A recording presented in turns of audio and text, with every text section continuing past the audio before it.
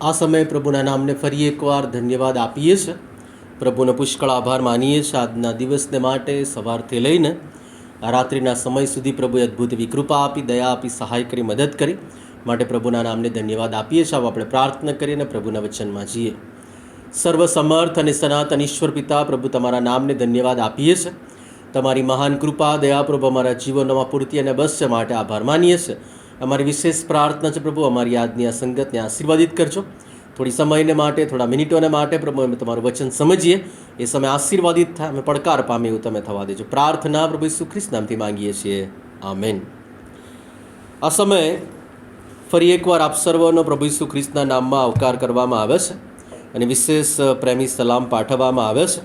અને છેલ્લા ઘણા બધા દિવસોથી આપણે આ ઓનલાઈન સંગતમાં મળી રહ્યા છે અને તમારા દરેકના જીવનને માટે વિશેષ આભાર માનીએ છીએ કે તમે પોતે જુઓ છો, સાથે ઘણા બધા લોકોને પણ તમે મોકલો છો અને ઘણા બધા લોકો એનાથી આશીર્વાદિત થયા છે. ઘણા બધાના ફોન દ્વારા, ઘણા બધા કોમેન્ટ્સ દ્વારા તે જણાવે છે. ત્યારે ખરેખર આપ દરેકના જીવનને માટે અને વિશેષ આ સમયને માટે પ્રભુના નામને ખરેખર ધન્યવાદ આપીએ છીએ. યર્મિયા પ્રબોધકનું પુસ્તક ને તેનો 2જો અધ્યાય, અને એમાંથી આપણે આજે પ્રભુના પવિત્ર વચનોને નિહાળવા માંગીએ છીએ. પ્રભુના સેવક દ્વારા એક અદ્ભુત વાત કહેવામાં આવી અને વાતનું જે દર્શન, જે વાતની રજૂઆત એ પ્રભુના સેવક દ્વારા થાય છે. એ તો આપણા રોજિંદા જીવનમાં ઘણી બધી વખત આપણે બાબતનો અનુભવ કરીએ છીએ. ઘણીવાર મેડિકલ સ્ટોરમાં દવા લેવા માટે જઈએ અને ઘણી બધી વાર આપણને પૂછવામાં આવે કે આ નથી પણ આના જેવી બીજી છે, ચાલશે? અને આપણે કહીએ કે ચાલશે. કોઈક વસ્તુ લેવા જઈએ અને પર્ટિક્યુલર કંપનીની વસ્તુ આપણે જોઈતી હોય અને આપણને કહેવામાં કે એ કંપની નથી પણ બીજી કંપની છે, તો ચાલશે? આપણે કહીએ છીએ ચાલશે. ભલે આવું બધું ચાલશે ચાલશે ચાલશેના વાતાવરણની અંદર, એ માહોલની અંદર ઘણી બધી વખત આપણે પ્રભુની વાતને, પ્રભુના વચન વિશે, પ્રભુના મહિમા વિશે અને આપણા વિશ્વાસી જીવનમાં પ્રભુને પ્રાધાન્ય આપવાના વિષયમાં પણ ઘણી બધી વાર ચાલશે ચાલશે ચાલશે શબ્દનો ઉપયોગ કરીએ છીએ. જગતનો ઇતિહાસ કહે છે કે વિકાસ જેમ જેમ થતો ગયો અને બહુ મોટા સ્કેલ પર વસ્તુઓ બનવાની શરૂઆત થઈ, ત્યારથી ઘણી બધી ભેળસેળની શરૂઆત થઈ ગઈ છે.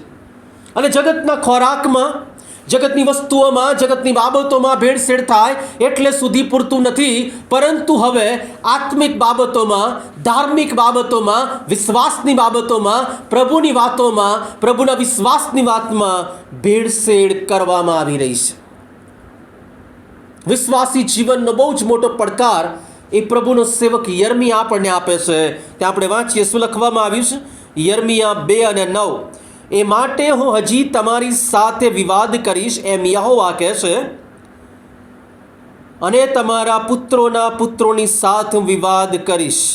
શાના લીધે કરવામાં આવશે? તમે વાંચવો, ત્યાં લખવામાં આવ્યું છે 2જો અધ્યાય એની 1 થી 8 કલમમાં લખવામાં આવ્યું છે.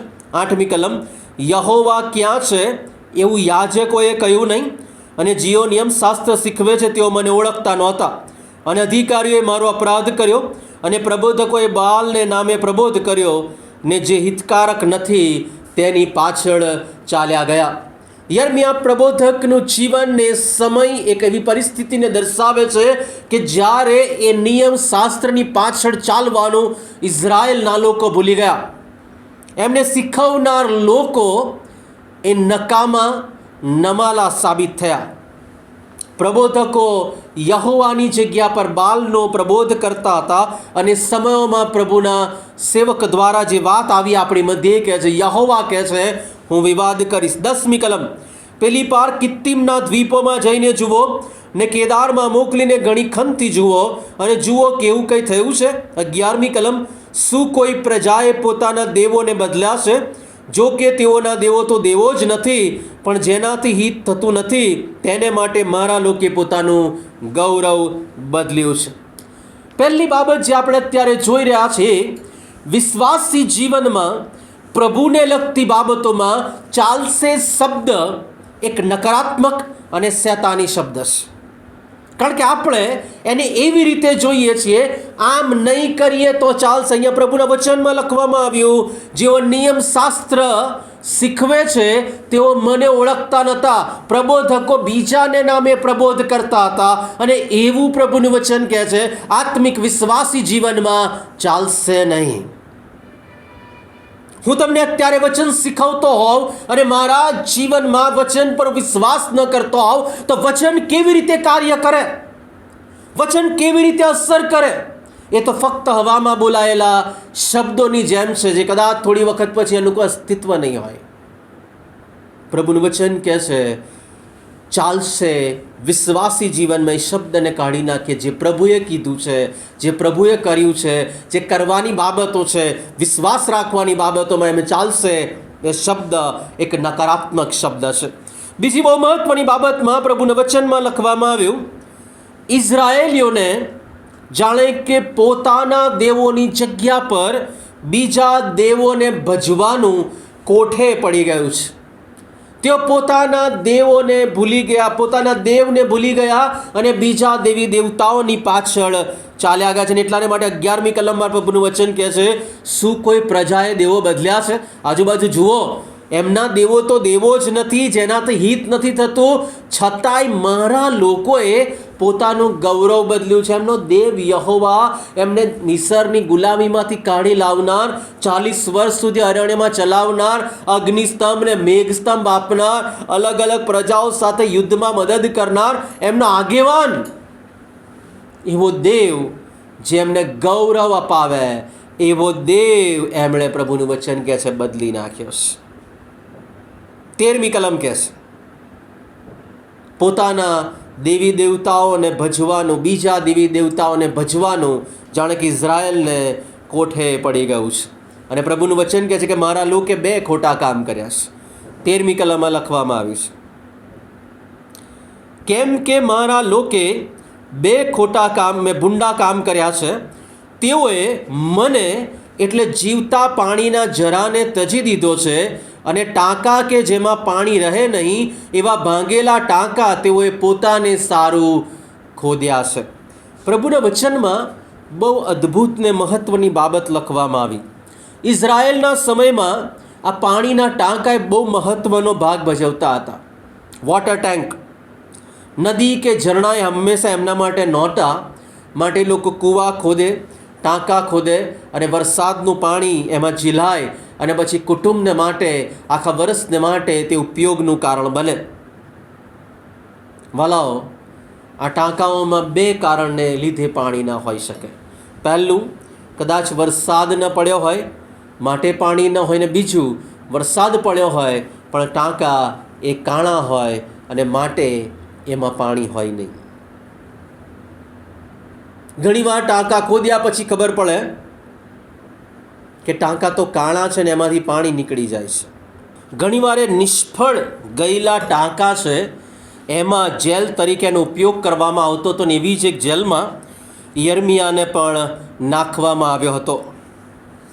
બોલો, પ્રભુનું વચન કહે છે, ઈશ્વર આ લોકોને, પહેલી બાબત આપણે જોઈએ છે કે પ્રભુના લોક તરીકે વિશ્વાસી જીવનમાં કઈ બાબતો ચાલશે, બાબત પર વિચાર ન કરીએ. બીજું, પ્રભુનું કહેવું છે કે મારા લોકો એ બીજા દેવો તરફ વળી ગયા છે.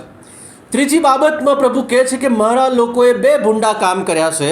એક તો મને એટલે જીવનના જરાને ત્યજી દીધો છે, અને પછી બીજું કે તેમણે ભાંગેલા ટાંકા પર ભરોસો કર્યો છે અને પોતાને સારું તે ખોદ્યા છે.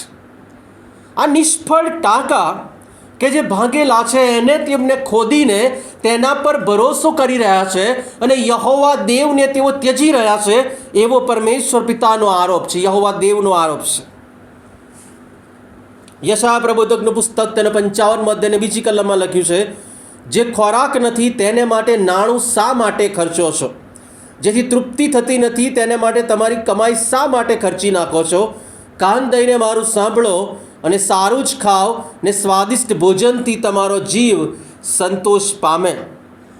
વલો, પ્રભુનું વચન કહે છે કે તમે કેમ નકારાત્મકતામાં અને નકામી બાબતો પર વિશ્વાસ કરો છો? પ્રભુનું વચન કહે છે કે હવે આ લોકો એ મારી યોજના પર નહીં પણ પોતાની યોજનાઓ પર અને પોતે નિર્ણય લેતા થયા છે અને પોતાને ગમે તેમ કામ કરી રહ્યા છે. એવું નથી કે એમને ઈશ્વર નથી જોઈતા, એમને યહોવા જોઈએ છે, પણ એનો આશીર્વાદ જોઈએ છે, એના નિયમો જોઈતા નથી. યહોવા તેમના જીવ પ્રત્યે, જીવન પ્રત્યે કંઈક આશાઓ રાખે એમને નથી જોઈતું.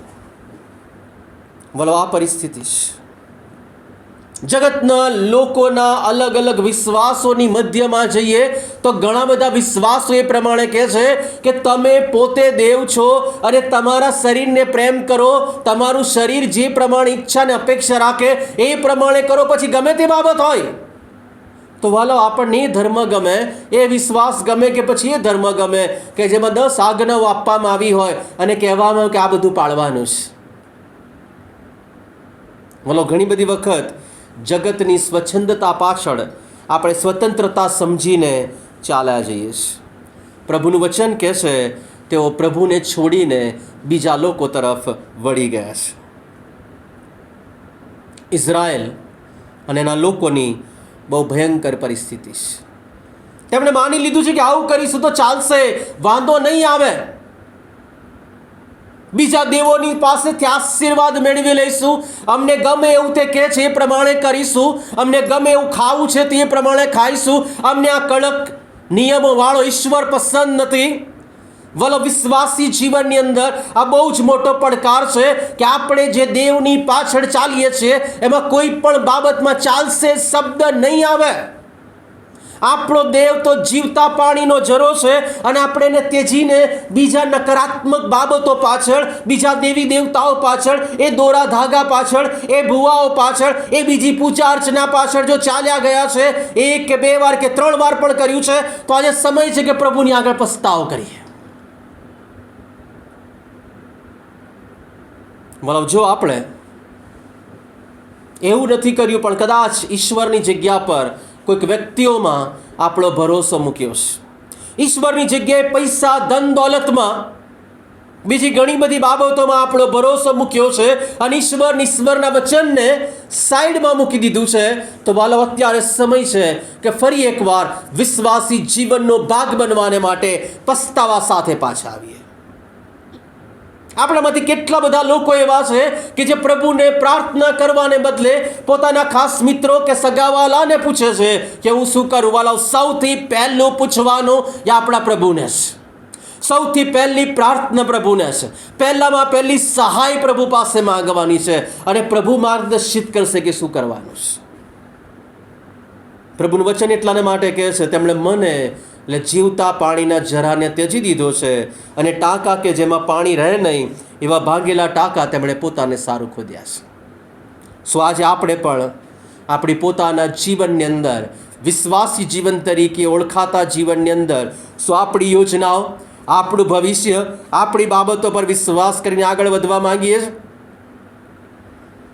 પ્રભુનું વચન કહે છે, પ્રભુએ અદ્ભુત મહાન યોજના કરી છે અને મહાન યોજના એટલી બધી મહાન છે કે પ્રભુનું વચન કહે છે કે તમારા માટે જે ઈરાદાઓ હું રાખું છું તે જાણું છું, એ તમારા માટે હાનિને લગતા નહીં પણ એક સારા ભવિષ્યને લગતા છે.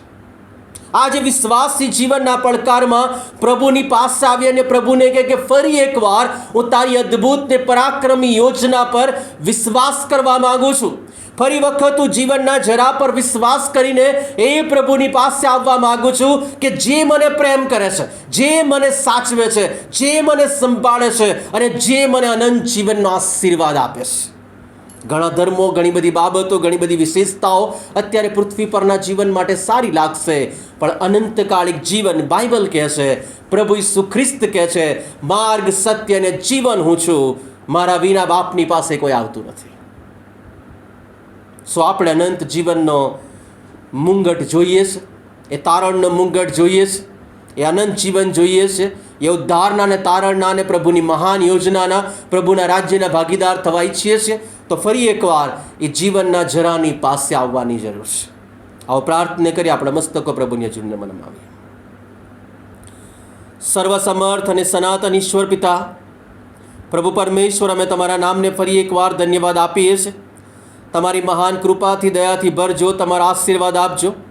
અત્યારે પ્રભુ વિશેષ અમે પ્રાર્થના કરીએ છીએ, જો અમે તમને છોડીને ચાલ્યા ગયા છે તો આજે ફરી એકવાર તમારી માફી માંગીએ છીએ. પસ્તાવા સાથે પ્રભુ અમે તમારી પાસે આવીએ છીએ. તમારી કૃપાથી, દયાથી ભરજો, તમારો આશીર્વાદ આપજો. અને અમે દરેક પ્રભુ તમારા હાથમાં સોંપાતા હવે જેનો સગળો સમય, સગળી બાબત તમારા હાથમાં મૂકીએ છીએ. પ્રાર્થના પ્રભુ ઈસુ ખ્રિસ્ત નામથી માંગીએ છીએ. આમેન. હવે આપણા તારનાર પ્રભુ ઈસુ ખ્રિસ્તની કૃપા, દેવ બાપનો પ્રેમ, પ્રભુ પરમેશ્વર પિતાની સંગત આપણા સર્વની સાથે હમણાંથી સદા સર્વકાળ સુધી હોજો. આમેન.